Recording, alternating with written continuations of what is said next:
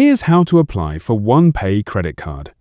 Now, if I go to the official OnePay website, you can find information explaining how to apply for the OnePay Credit Card.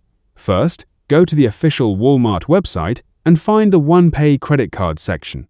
Here, you can review the card details and look for the option to start your application. Walmart currently lists the OnePay Credit Card as one of its financial services. Next, select the option to apply and begin the application process. You'll need to provide the requested personal and financial information and complete any required verification steps. After that, carefully review the information you entered and submit your application.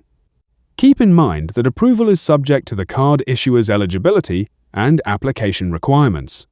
Now, if you want to check the requirements before applying, return to the OnePay Credit Card webpage and review the eligibility information provided there. Make sure you meet the listed requirements before submitting your application. Once you complete the application and, if approved, finish any remaining steps, your OnePay credit card will be ready to use according to the issuer's instructions.